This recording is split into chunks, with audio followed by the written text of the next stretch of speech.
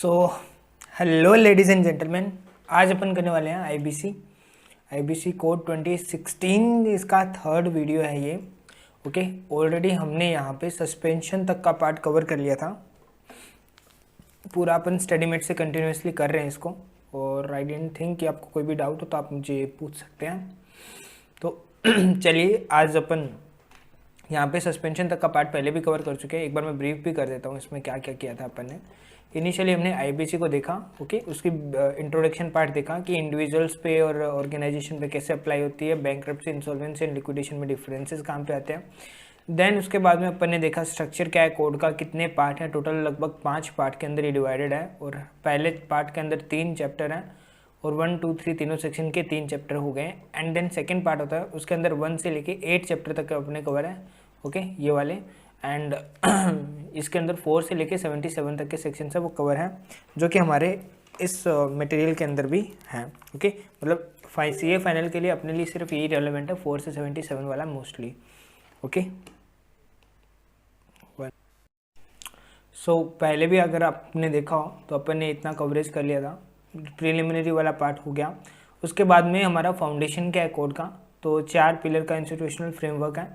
First pillar में हमारी authority आती है, सेकंड पिलर में रेगुलेटर्स आते हैं, थर्ड पिलर के अंदर हमारा रेगुलेटर पर्सनस आ रहे हैं यानी कि इंसॉल्वेंसी प्रोफेशनल, एंड फोर्थ में आता है हमारी इंडस्ट्री, जिसको अपन इंफॉर्मेशन यूटिलिटी भी बोलते हैं, जो कि हमारा कंबाइंड डेटाबेस है। ओके, तो सीआईआरपी कब इनिशिएट होगी वगैरह वगैरह वाला वो अपन ने प्रोविज़न यहाँ देखे थे, कब डिफ़ॉल्ट होगा, कब उसके ऊपर कंट्रोल आएगा, शिफ्ट हो जाएगा, सीओसी कंस्टिट्यूट होगी। ओके, उसके बाद में फिर हमने यहाँ पे देखा था वॉलेंट्री लिक्विडेशंस क्या होता है, कोई खुद से भी जा सकता है, कोई दिक्कत नहीं है। ओके, फिर नॉर्मली प्रोसेस क्या रहती है, ठीक है, रेजोल्यूशन प्रोफेशनल होंगे, वो आईआरपी इनिशिएट होगी, रीपेमेंट प्लान बनाएंगे। ओके, उसके बाद में वो डिस्चार्ज ऑर्डर लेंगे, फैसिलिटेट एंड फाइनलाइज करेंगे रीपेमेंट प्लान को, वगैरह वगैरह वगैरह। उसके बाद में extend and commencement of the code क्या था, कहाँ कहाँ तक ये एप्लीकेबल है, ये सारा पार्ट अपन यहाँ पे कर चुके हैं cover already.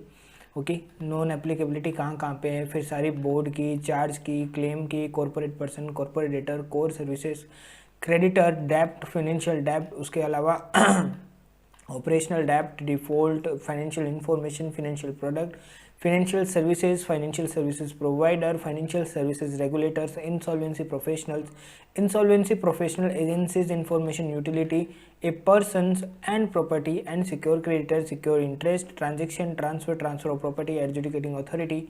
Okay, base resolution plan, corporate applicant meaning, disputes, ये सारी चीज़ें अपन ने ऑलरेडी सारी डेफिनेशन लगभग 40-45 के अराउंड हैं, वो सारी डेफिनेशन अपन ने यहाँ पे कवर कर ली थी। 45 से लेकर 48 तक की इसमें डेफिनेशन थी। उसके बाद में अपन ने सीआईआरपी में सेक्शन 6, 7, 8, 9 तक सारे कर लिए थे, 10 भी कर लिया था, एंड 10 में आईबीसी को सस्पेंड किया था, वो वाला प्रोविज़न भी हमारा यहाँ पे कंप्लीट हो गया था। ओके, आज के इस वीडियो में उसके आगे से अपन स्टार्ट कर रहा हूँ। ओके, तो सी यहाँ पे पर्सन्स जो कि इंटाइटल नहीं है टू इनिशिएट इंसॉल्वेंसी प्रोसेस।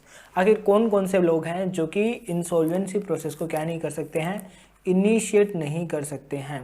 तो following persons shall not be entitled to initiate the corporate insolvency process. कौन कौन? सबसे पहले एक बंदा, एक कॉर्पोरेट जो डेटर जो कि इंसॉल्वेंसी रेजोल्यूशन यानी कि आईआरपी के अंदर है ऑलरेडी, ओके, और a pre packaged insolvency resolution process, या तो वो इंसॉल्वेंसी रेजोल्यूशन प्रोसेस के अंदर है या फिर वो pre packaged insolvency resolution process के अंदर है। अगर कोई कॉर्पोरेट डेटर ऑलरेडी इसके अंदर है तो वो फिर से क्या नहीं कर सकता, इंसॉल्वेंसी की प्रोसेस को इनिशिएट नहीं कर सकता। सेकेंड थिंग, अगर कोई फाइनेंशियल क्रेडिटर है या ऑपरेशनल क्रेडिटर है जो कि अंडरगोइंग कर रहा है एक pre package insolvency resolution process, like मैं हूँ, मैं already pre package insolvency resolution process के अंदर हूँ। अब ये क्या है ये आगे पढ़ेंगे, आगे डिटेल में पढ़ेंगे, एक बार सिर्फ नाम दिमाग में रखो। अगर मैं पीपीआईआरपी के अंदर हूँ ऑलरेडी, तो मैं फिर उसके अगेंस्ट में जो कि कॉर्पोरेट डेटर, मैं फाइनेंशियल क्रेडिटर हूँ, मैं बैंक हूँ, पीएनबी हूँ, एसबीआई हूँ। ओके, एक बंदा जिसके अगेंस्ट में ऑलरेडी पीपीआईआरपी चल रहा है, तो उसके अगेंस्ट में मैं क्या नहीं कर सकता हूँ, आईबीसी इनिशिएट नहीं करवा सकता हूँ। थर्ड आता है कोई भी कॉर्पोरेट डेटर जिसकी कंप्लीटेड हुए हैं CIRP 12 months preceding the date of making of the applications। Okay, 12 महीने में प्रेसिडिंग 12 months के अंदर है जिसने क्या किया हो, मेकिंग द एप्लीकेशन है CIRP इनिशिएट की हो, उसने अभी जस्ट पिछले 12 महीने के अंदर ही क्या की थी, CIRP कमेंट्स करवाई थी, वो कंक्लूड भी हो गई थी अच्छे से। ओके, वो खुद जाके अपने अगेंस्ट में IBC इनिशिएट नहीं करवा सकता। फोर्थ, एक corporate debtor in respect of whom a resolution plan has been approve, जिसके अगेंस्ट में रेजोल्यूशन प्लान अप्रूव हो रखा है under chapter 3A 12 month presenting the date of making of the application, यानी कि 12 महीने पहले ही आपके अगेंस्ट में रेजोल्यूशन प्लान अप्रूव हुआ था और अब आप फिर से जा रहे हो कि भाई मेरे को IBC इनिशिएट करवाना है। नहीं, आप नहीं करवा सकते, आप इंसॉल्वेंसी नहीं इनिशिएट करवा सकते हो। नॉर्मली कहाँ इसमें किस बंदे को है वो रिस्ट्रिक्ट किया है, कॉर्पोरेट डेटर को, मैक्सिमम पॉइंट के अंदर कॉर्पोरेट डेटर को ही रेस्ट्रिक्ट किया कि तुम तुम्हारे अगेंस्ट में नहीं करवा सकते। एक जगह पे फाइनेंशियल क्रेडिटर को भी किया है, जहाँ पे ऑलरेडी कॉर्पोरेट डेटर के अगेंस्ट में क्या चल रहा है, PPIRP चल रहा है, तो उस केस के अंदर फाइनेंशियल क्रेडिटर भी जाके है वो क्या नहीं कर सकते, फिर से नॉर्मल प्रोसेस के अंदर IBC इनिशिएट नहीं करवा सकते हैं। ओके, एक कॉर्पोरेट डेटर जिसके अगेंस्ट में लिक्विडेशन ऑर्डर पास हो गया है, अब वो वापस से ये नहीं है कि यार फिर से चला गया इंसॉल्वेंसी प्रोसेस चालू करा, नहीं करवा सकता। एक कॉर्पोरेट डेटर या फाइनेंशियल क्रेडिटर जिसने वायलेट किया है किसी भी टर्म्स ऑफ रेजोल्यूशन प्लान को, जो कि 12 महीने के अंदर अंदर ही अप्रूव हुआ था पिछले 12 महीने में। ओके, तो यहाँ 12 मंथ की कंडीशन है, यहाँ 12 मंथ की कंडीशन है। ओके, और यहाँ पे दो जगह पे है वो आपकी 12 महीने की कंडीशंस आती है। ओके, अब एक्सप्लेनेशन यहाँ पे दी गई कि for the purpose of this section corporate debtor में इंक्लूड होता है corporate applicant in respect of such corporate debtor, मतलब कि कॉर्पोरेट एप्लीकेंट है वो हमेशा कॉर्पोरेट डेटर की कॉर्पोरेट डेटर की डेफिनेशन भी देखोगे ना आप, तो वो चालू ही कॉर्पोरेट एप्लीकेंट से होती है कि any corporate applicant other than financial services provider. तो फाइनेंशियल सर्विसेज प्रोवाइडर को एक्सक्लूड किया बस कॉर्पोरेट एप्लीकेंट के साथ में, कि कॉर्पोरेट एप्लीकेंट हो लेकिन वो फाइनेंशियल सर्विस प्रोवाइडर नहीं होना चाहिए, वो आपका हमेशा कॉर्पोरेट डेटर होता है। ओके, कॉर्पोरेट एप्लीकेंट में ही फाइनेंशियल सर्विसेज प्रोवाइडर नहीं होते हैं। जिसने खुद के लिए कोई भी डेप्ट ओज कर रखा है तो वो कॉर्पोरेट डेटर होगा। एंड इस सेक्शन के लिए यहाँ पे ये क्लेरिफाई किया गया है कि इस सेक्शन का कुछ भी जो है ना वो प्रिवेंट नहीं करेगा कॉर्पोरेट डेटर को, okay, to from initiating CIRP against another corporate debtor. लेकिन ये नहीं है कि मैं इंसॉल्वेंसी में चल रहा हूँ तो मैं दूसरे के अगेंस्ट में इंसॉल्वेंसी फाइल नहीं कर सकता, मैं कर सकता हूँ भाई। ओके, तो मतलब यहाँ पे अनदर कॉर्पोरेट डेटर के अगेंस्ट में कोई भी प्रोसीडिंग इनिशिएट करवाने के लिए आपको यहाँ पे कोई भी क्लोज वो रोकेगा नहीं। ओके, तो यही बात इन्होंने बोली। ये अमेंडमेंट कब से हुए ये आप इग्नोर कर सकते हो। ओके, अब following categories of corporate debtor है वो इंटाइटल नहीं है to file an application under section 11, कि आप सेक्शन 11 के अंदर क्या नहीं कर सकते हो, एप्लीकेशन फाइल नहीं कर सकते हो। समझ गए क्या क्या? कॉर्पोरेट डेटर जो कि CIRP या PPIRP में है, ओके, ऑलरेडी मतलब वही है, ऊपर था कंटेंट, यहाँ पे समरी आ गई है। ओके, तो मतलब एक तरह से आप समरी रेफर कर सकते हो, ऊपर वाले कंटेंट को इग्नोर कर दो। कॉर्पोरेट डेटर जो कि CIRP या PPIRP में है, या फिर फाइनेंशियल या ऑपरेशन क्रेडिटर जो कि PPIRP के अंदर है, या फिर कोई भी कॉर्पोरेट डेटर जो कि कंप्लीट कर चुका है CIRP जस्ट 12 मंथ बिफोर, या फिर जिसने पिछले 12 महीने के अंदर रेजोल्यूशन प्लान अप्रूव हो गया था, या फिर जिसने वायोलेट कर दिया टर्म, या फिर जिसका लिक्विडेशन ऑर्डर पास हो गया है, वो क्या नहीं कर सकता है, अप्लाई नहीं कर सकता है। अब यहाँ पे एक एग्जाम्पल आता है, सपोज कीजिए ABC LLP है, ठीक है, उसने डिफॉल्ट कमिट किया, तो मिस्टर X और मिस्टर Y जो हैं वो इसके पार्टनर थे कॉर्पोरेट डेटर के। Okay, contributing to the capital and sharing profit और losses in the ratio 49 and 50, 49-51 का इनका रेशियो था, कोई बात नहीं। ABC LLP ने कमिट किया है डिफॉल्ट, ओके, और X और Y ABC LLP में क्या है, पार्टनर है। हाउएवर, और ABC LLP ने डिफॉल्ट कमिट किया है, इट मीन्स ये कौन हो गई, कॉर्पोरेट डेटर हो गई है। Okay, however mister Y under the constitutional document, यानी कि MOA और AOA के अंदर बात बोलता है कि यहाँ पे पार्टनरशिप फर्म है ना, तो यहाँ पे क्या हो जाएगा, इनका रजिस्ट्रेशन सर्टिफिकेट हो जाएगा। ओके, तो जो इनका रजिस्ट्रेशन सर्टिफिकेट है उसके अंदर मिस्टर वाई जो है वो ऑथराइज है अप्लीकेशन करने के लिए CIRP में। ओके, तो being a partner of the corporate debtor mister Y ने फाइल की application on behalf of the corporate debtor. Okay, as per section 10 of the code, initiation of CRP by a corporate debtor shall be made by filing an application along with the information relating to books of accounts, interim resolution professionals and resolution passed by at least 3/4 of the total number of the partner। तो अब आपको initiate कराने के लिए 3 चीज़ें होनी चाहिए, क्या, बुक्स ऑफ अकाउंट्स होने चाहिए, इंटरिम रेजोल्यूशन प्रोफेशनल का नाम होना चाहिए, और स्पेशल रेजोल्यूशन भी पास किया हुआ होना चाहिए, तभी कॉर्पोरेट डेटर खुद के अगेंस्ट में क्या कर सकता है, CIRP इनिशिएट करवा सकता है। लेकिन दिए गए केस के अंदर मिस्टर वाई ऑथोराइज तो है फाइल करने के लिए एप्लीकेशन, लेकिन उसका ये वैलिड नहीं होगा बिकॉज उसके पास सिर्फ 51% की मेजोरिटी है। ओके, और जबकि इसके लिए क्या चाहिए आपको, स्पेशल रिजोल्यूशन चाहिए। तो स्पेशल रिजोल्यूशन का दिमाग में सिर्फ ये मत रखना कि कंपनी पे ही अप्लाई होगा, क्या इवन अगर ये आपकी एलएलपी भी है तो वहाँ पे आपको 3/4 की जो मेजोरिटी चाहिएगी अपने अगेंस्ट में खुद ही, अगर आप फाइल कर रहे हो CIRP इनिशिएट करवाने के लिए तो। ओके, तो ये एग्जाम्पल से आपको समझ आ गया होगा। अब चलते हैं next, disposal of application under section 54C under section 7 और 9 और 10, कि किस केस के अंदर आपकी जो एप्लीकेशन है वो डिस्पोज कर दी जाएगी। ओके, और डिस्पोज किसके अंदर की जा रही है, सेक्शन 54C के अंदर कर दी जा रही है। ओके, 54C और 54 वाले जितने सेक्शन थे वो PPIRP से थोड़ा रिलेट करते हैं। तो चलो पढ़ते हैं। जब भी 54C के अंदर एप्लीकेशन फाइल की थी, अगर वो पेंडिंग है तो एडजुडिकेटिंग अथॉरिटी पास करेगी एक ऑर्डर टू, या तो वो उसको एडमिट करेगी या फिर रिजेक्ट करेगी। Okay, before considering any application. तो देखो एक एग्जांपल के लिए पता है ये लाइन क्या कर रही है कि आप फाइनेंशियल क्रेडिटर हो और मैं ऑपरेशनल क्रेडिटर हूँ, या फिर PPIRP में मैंने अप्लाई किया, आपने 7, 9 या 10 के अंदर अप्लाई किया। ओके, या फिर मैंने अप्लाई किया था वो मैंने PPIRP वाले सेक्शन के अंदर जाके अप्लाई कर दिया। ओके, अब जो मैंने अप्लाई किया और जो आपने अप्लाई किया है, ओके, तो यहाँ पे दोनों की एप्लीकेशन मान लो सेम दिन फाइल हुई या फिर अभी तक अप्रूव नहीं हुई है।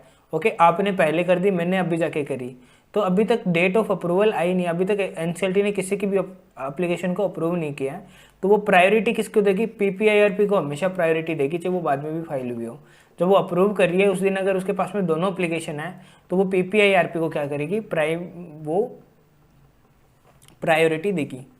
जब एप्लीकेशन होती है 54C के अंदर, वो फाइल की जाती है within 14 days of filing of any application under section 7 and 10 जो कि पेंडिंग है in respect of the same corporate debtor, then notwithstanding anything contain in 7, 9, 10 adjudicating authority first dispose of करेगी application under section 54C।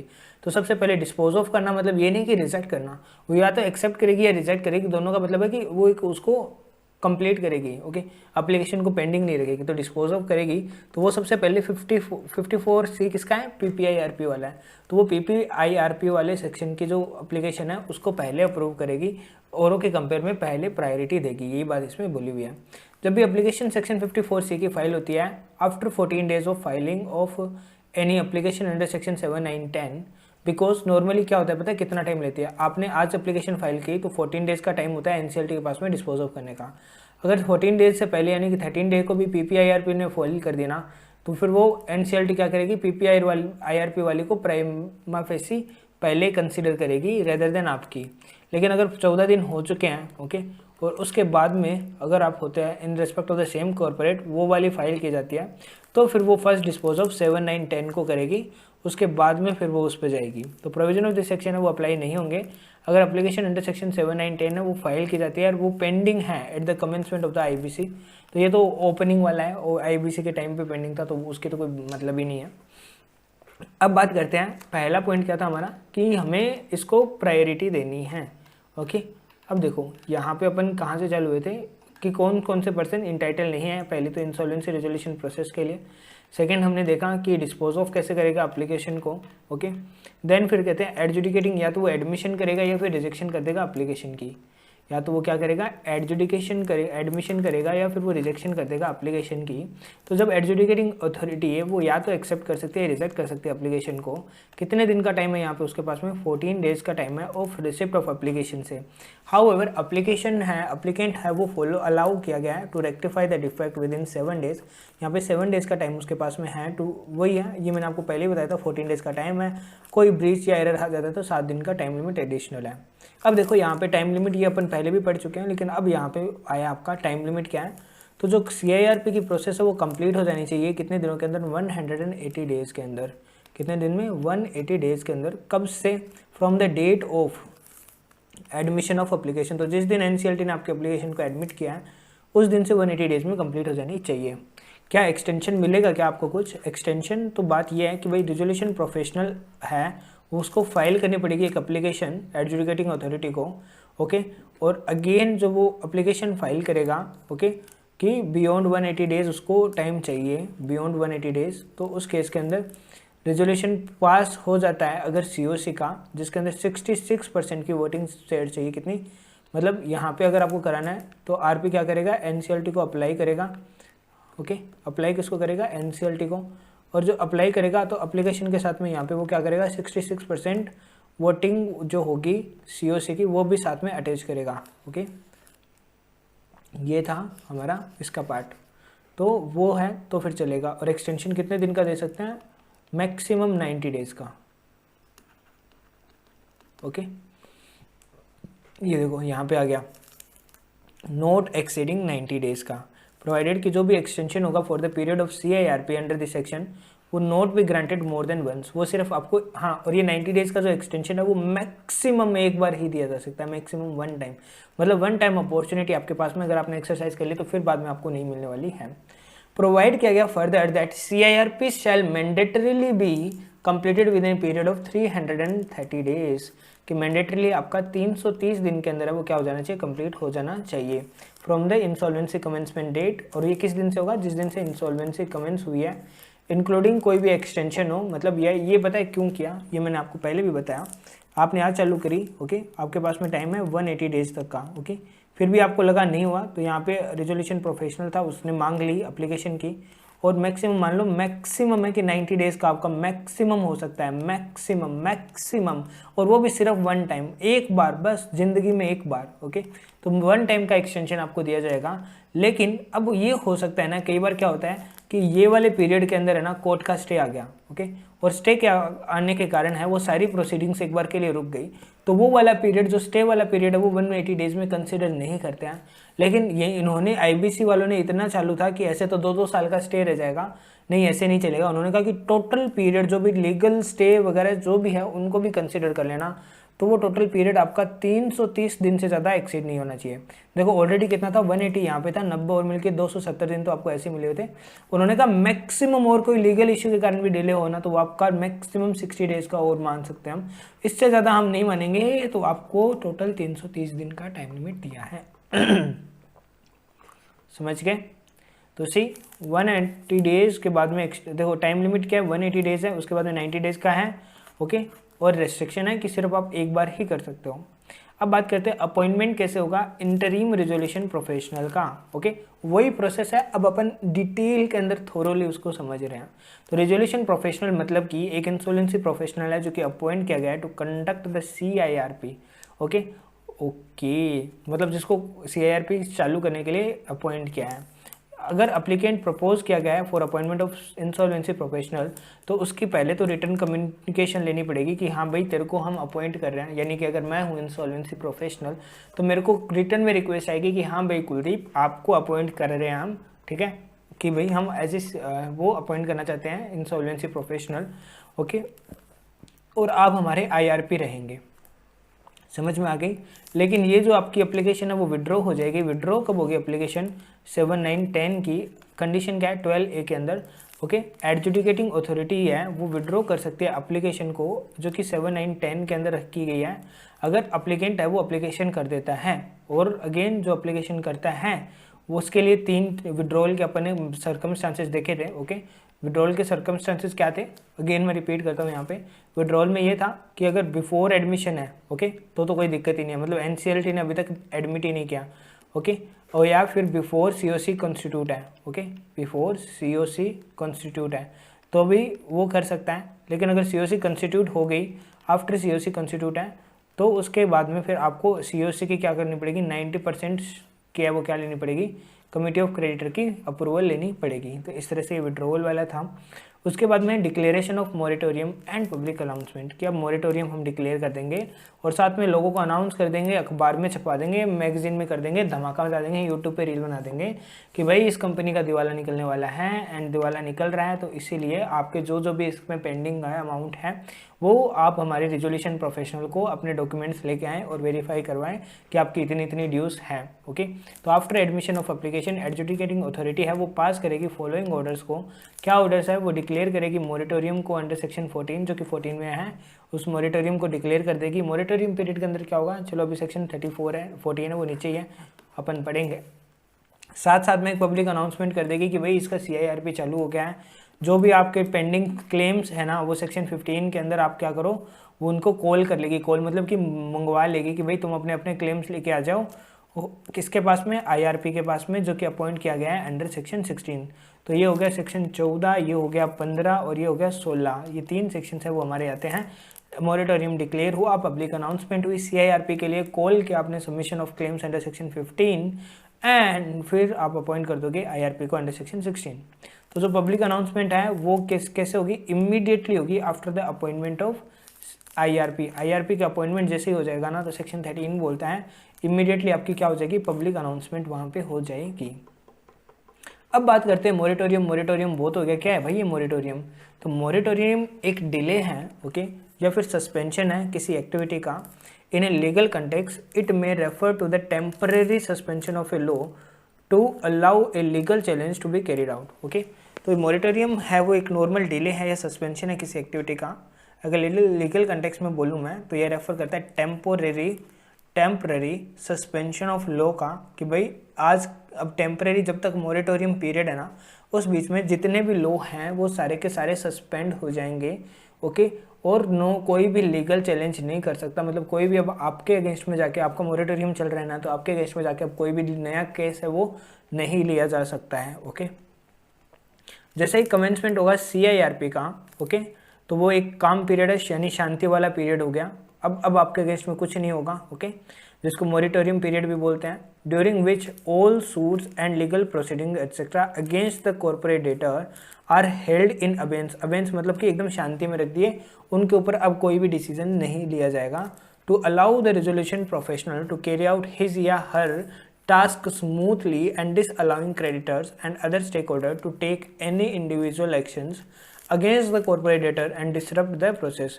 कि कोई ऐसा नहीं आएगा कि अदर स्टेक होल्डर्स हैं वो इंडिविजुअल एक्शंस नहीं ले पाएंगे, और ना ही कॉर्पोरेट डायरेक्टर्स के अगेंस्ट में कोई और चीज़ें होंगी ताकि प्रोसेस डिसरप्ट ना हो।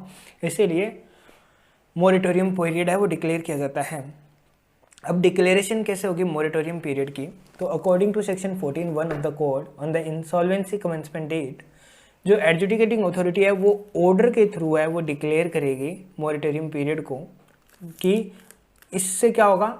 द इंस्टीट्यूशंस ऑफ सूट और कंटिन्यूएशन ऑफ पेंडिंग सूट्स और proceeding against the corporator including executions of any judgment, decree और ऑर्डर। कोई ऑर्डर, डिक्री या कुछ भी जजमेंट भी आ गया ना, तो वो एग्जीक्यूट भी नहीं कर पाई जाएगी in any court, law tribunal और अथॉरिटी पैनल और अदर अथॉरिटी। ट्रांसफरिंग, इनकम्बरिंग, ना ही कोई अब असेट को ट्रांसफर किया जा सकता, ना ही इनकम्बर किया जा सकता, ना ही कोई एलिनेट कर सकता, ना ही कोई डिस्पोज ऑफ कर सकता है कॉर्पोरेट डेटर की किसी भी एसेट को, ओके, किसी भी लीगल राइट को या फिर इंटरेस्ट को, ओके। कोई भी एक्शन है टू फोरक्लोज, रिकवर और इन्फोर्स एनी सिक्योरिटी, वो भी नहीं क्रिएट किया जा सकता। मतलब कि मैं बैंक से आपने लोन ले रखा था, उसके अगेंस्ट में आपने अपनी असेट को गिरवी रखा हुआ था, तो बैंक आके क्या नहीं कर सकती है, उस असेट को वो चार्ज फ्री करके नहीं ले जा के सकते कि ठीक है ये तो मेरे ऊपर गिरवी थी, मैं मेरा लोन इससे रिकवर कर लूँगी, मैं लेके जा रही हूँ, नहीं लेके जा सकती, ओके। और to recovery of any property, ना ही वो किसी ओनर या लेसर है, मतलब मान लो मैं लेसर था, कॉर्पोरेट डेटर है वो लेसी था, ओके, अब मैं जाके उससे मेरी असेट भी रिकवर नहीं कर सकता हूँ, तो ऐसा होता है ये, समझ गए? मतलब लेसर भी अपनी असेट को है वो रिकवर नहीं कर सकता है, ओके। अब यहाँ पे एक्सप्लेनेशन दी गई कि for the purpose of this subsection, यहाँ पे ये सर्टिफाई किया गया है कि notwithstanding anything contain in any other law for the time being in force, a license, permit, registration, quota, concession, clearance, similar grant or right given by the central government, state government, local authority, sectoral regulator or any other authority constituted under any law for the time being in force, वो suspend नहीं की जाएगी या terminate नहीं की जाएगी on the grounds of insolvency subject to condition that there is no default in payment of current dues arising for the use or continuance of the license or similar grants or right during moratorium period। तो यही कहा है कि कोई भी default in payment of current dues नहीं किया जाएगा, समझ के। अब बात करते हैं कि सप्लाई ऑफ एजेंशियल गुड्स, जब मोरेटोरियम पीरियड है, ओके, तो मोरेटोरियम पीरियड के अंदर अगर एजेंशियल गुड्स एंड सर्विसेज हैं तो उसके रिगार्डिंग सप्लाई चालू रहेगी, उसका पेमेंट भी होगा, ओके, वो टर्मिनेट या सस्पेंड नहीं होगी during the moratorium period, okay, not be terminated.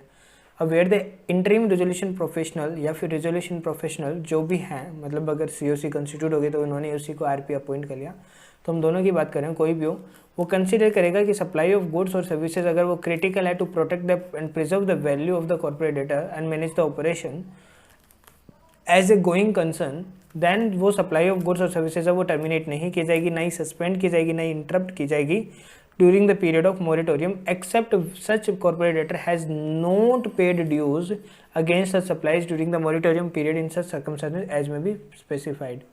अब आते हैं कि कौन कौन से प्रोहिबिटेड एक्ट्स हैं। तो एक्ट्स जो कि प्रोहिबिटेड है ड्यूरिंग द मोरेटोरियम पीरियड वो अप्लाई नहीं करेंगे। ऐसे ट्रांजेक्शन जो कि क्लासीफाई किए गए हैं, नोटिफाई किए हैं सीजी ने in consultant with financial sector regulators, okay, और a surety in a contract of guarantee to a corporate debtor.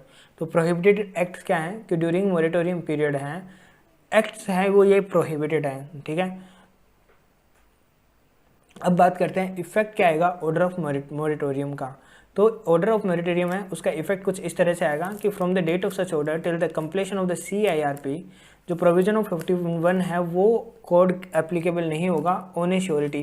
तो जिसने श्योरिटी यानी कि एज ए गारंटी दे रखी है कॉर्पोरेट डेटर के अगेंस्ट में, उसके ऊपर ये वाले 14(1) मोरेटोरियम के प्रोविजन अप्लाई नहीं होंगे, और ना ही कोई रिकवरी प्रोसीडिंग IRP या बैंक्रप्सी है वो इनिशिएट की जाएगी even if moratorium is granted to corporate debtor.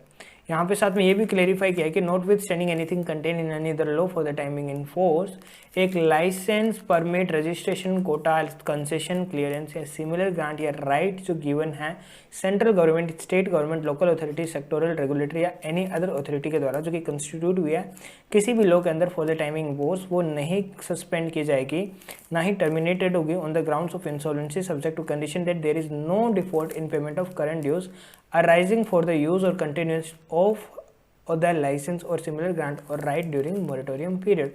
मतलब कि यही बात बोली कि कोई भी सेक्टोरियल रेगुलेटर है वो सस्पेंड नहीं किए जाएंगे कि इंसॉल्वेंसी ग्राउंड के ऊपर।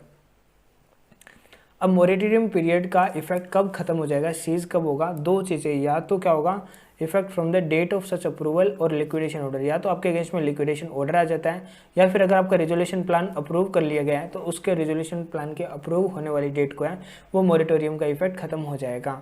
अब इन्होंने बोला कि after commencement of CIRP NCLT ने डिक्लेयर किया moratorium against the corporate debtor, with in a month of declaration corporate debtor ने डिस्पोज ऑफ कर दी अपनी प्रॉपर्टी को। ऐसे कैसे कर दिया भाई, मोरेटोरियम के बाद में तो कोई डिस्पोज ऑफ हो ही नहीं सकती है। तो section 14 of the code, any transaction या dispose any asset of corporate debtors during the moratorium which is 180 days from the date of commencement of the corporate insolvency resolution process, वो completely prohibit किया गया है और ऐसा act corporate debtor का valid नहीं होगा, तो वो सेल नहीं कर सकता है। However as per regulation 29 of IBBI, resolution professional RP है वो सेल कर सकता है, इनकम्बर कर सकता है, अनइनकम्बर कर सकता है एसेट को of the corporate debtor other than in the ordinary cost, लेकिन वहाँ पे भी not exceeding 10% of the total claims admitted. तो other than in ordinary course of business not exceeding 10% of the total claims admitted, वो उसको कर सकता है। अब बात हमने करी अभी तक सिर्फ मोरेटोरियम की बात करी है, जो ऊपर अपन टेबल देख रहे थे ना इनिशियली ये वाले, इसमें सिर्फ अपन ने ये वाला पार्ट कवर किया है, डिक्लेयर करना मोरेटोरियम को। अब बात करते हैं पब्लिक अनाउंसमेंट की। तो पब्लिक अनाउंसमेंट कैसे होगी, क्या प्रोसेस रहती है, तो सी पब्लिक अनाउंसमेंट के अंदर IRP है वो पब्लिक अनाउंसमेंट करेगा इमीडिएटली आफ्टर हिज अपॉइंटमेंट। जैसे उसका अपॉइंटमेंट हो जाता है तो वो क्या करेगा, पब्लिक अनाउंसमेंट करेगा। इमीडिएटली का मतलब है कि 3 दिन से ज़्यादा नहीं होगा from the date of appointment of the interim resolution professional. अब पब्लिक अनाउंसमेंट के अंदर क्या क्या डिटेल्स पर्टिकुलर्स जाएंगी, नाम पता जाएगा, अथॉरिटी का नाम जाएगा, डिटेल्स जाएगी, पेनल्टी जाएगी फॉल्स या मिसलीडिंग क्लेम्स की, लास्ट डेट जाएगी सबमिशन ऑफ क्लेम की, date on which the CIRP है वो एंड होने वाला है वो जाएगी।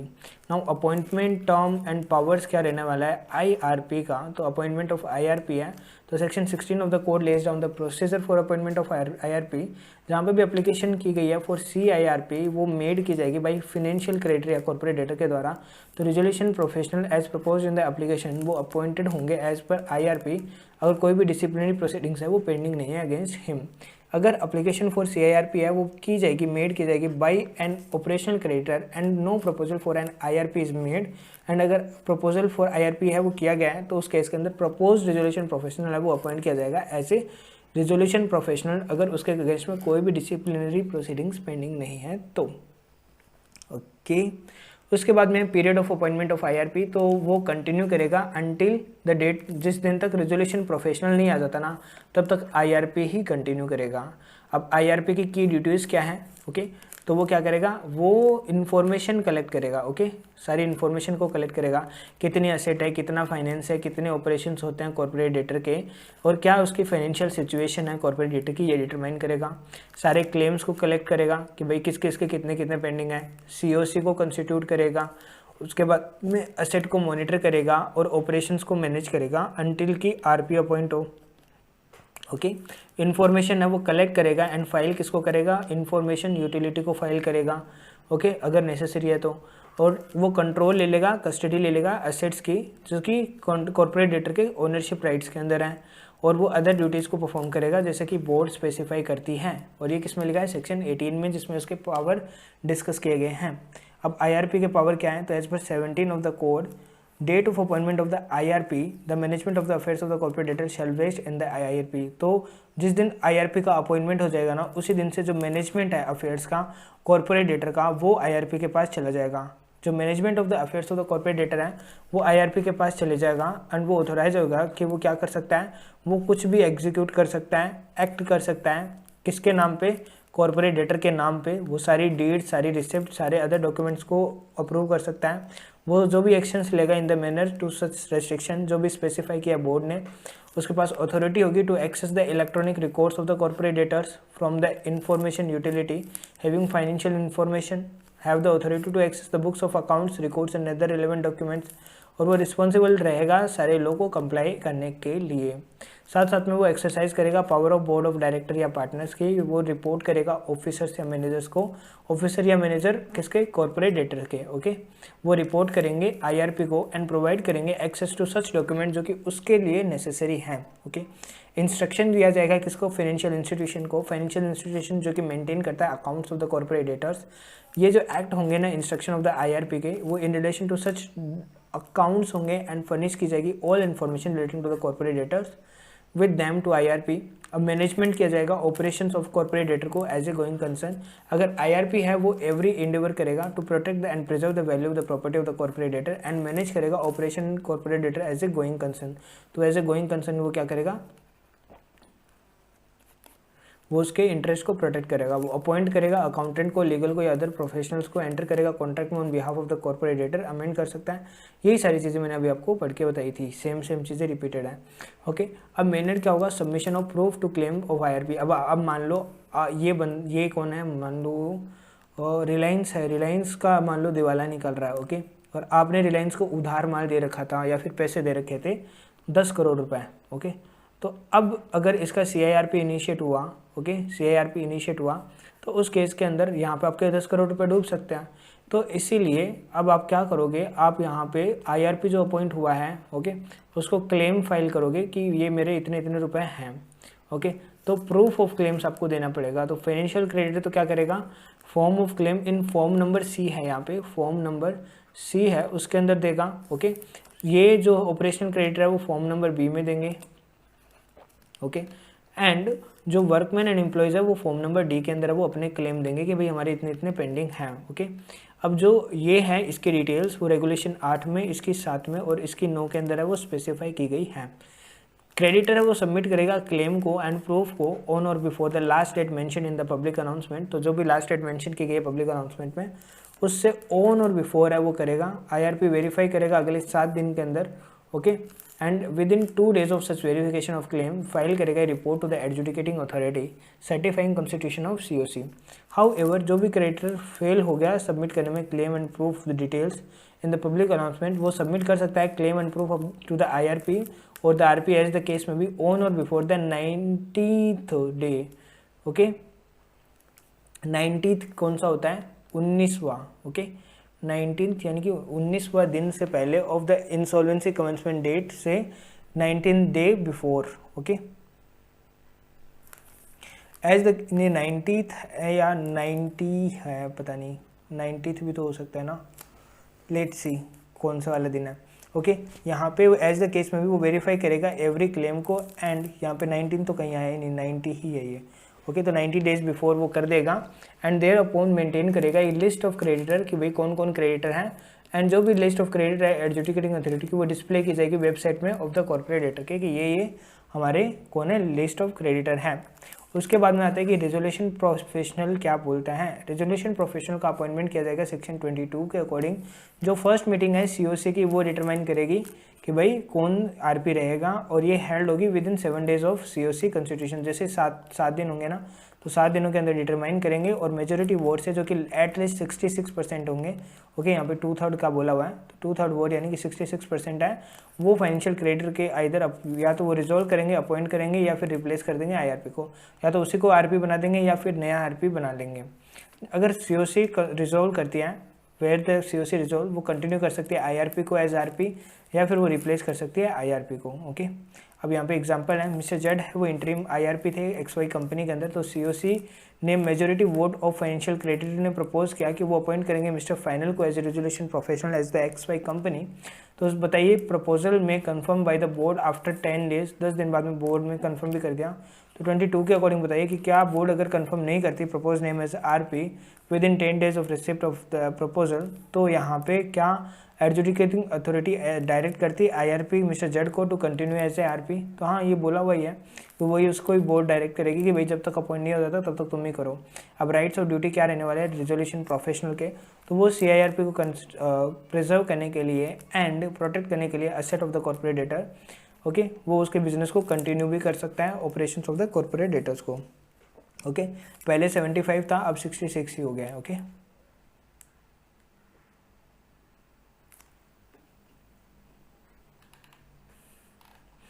अब बात करते हैं आरपी है वो कंडक्ट करेगा इंटायर सीआईआरपी को एंड मैनेज करेगा ऑपरेशन ऑफ द कॉर्पोरेटर को इंक्लूडिंग सीआईआरपी।